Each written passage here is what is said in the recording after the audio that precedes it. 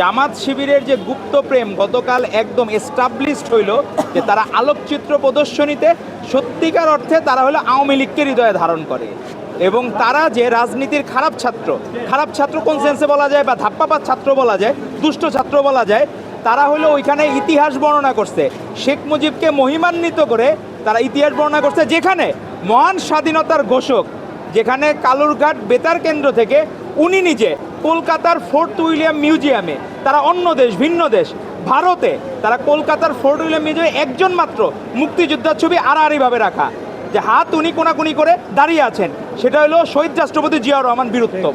সেই মহান স্বাধীনতার ঘোষককে বাদ দিয়ে যারা গতকাল আলোকচিত্র প্রদর্শনী করেছে, তারা ইতিহাসের পাতায় ৭১ সালের ভূমিকা নিয়ে যে বিতর্কিত ছিল, গতকাল সেটা আবারও প্রমাণিত হলো যে তারা সত্যিকার অর্থে ৭১কে ধারণ করে না।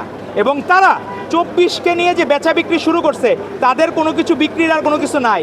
৭১-এ তাদের কোনো ভূমিকা ছিল না, তাদের ভূমিকা ছিল রাজাকারের ভূমিকায়, আল বদরের ভূমিকায়, আল শামসের ভূমিকায় আর দর্শকের ভূমিকায়। তাদের অনেকগুলো ভূমিকা ছিল, ৭১-এও তারা ভূমিকা রাখছিল, এই সব চরিত্রে তারা অভিনয় করছে। ২৪-এ তারা গুপ্ত থেকে হয়তোবা তারা বলতে জামাত আর শিবিরের কথা, যে আমরা স্পেসিফিক করে যে যারা গুপ্ত থেকে এই ২৪-এর গণ অভ্যুত্থানে অবশ্যই হাসিনা বিরোধী আন্দোলনে যারা ছিল তাদেরকে আমরা অ্যাপ্রিসিয়েট করি, কিন্তু মুক্তিযুদ্ধকে বাদ দিয়ে, ৭১-কে বাদ দিয়ে, ৭১-এর স্বাধীনতার ঘোষককে বাদ দিয়ে যদি কোনো ইতিহাস রচনা করার অপচেষ্টা করা হয়, তাহলে বাংলাদেশের মানুষ ১২ই ফেব্রুয়ারিকে তাদেরকে যেমন প্রত্যাখ্যান করেছিল, ভবিষ্যতেও তাদেরকে সকল জায়গায় প্রত্যাখ্যান করবে। এবং আপনি দেখবেন মিডিয়াতে প্রতিদিন আপনি স্ক্রল করলে দেখবেন জামাত নেতার চারটা বিয়ে করার পরে পরকীয়া করতে যায় ধরা খাইছে, দেখবেন যে সমকামিতার জন্য ধরা খাচ্ছে, আবার রুমও ভাড়া দেয় নাকি।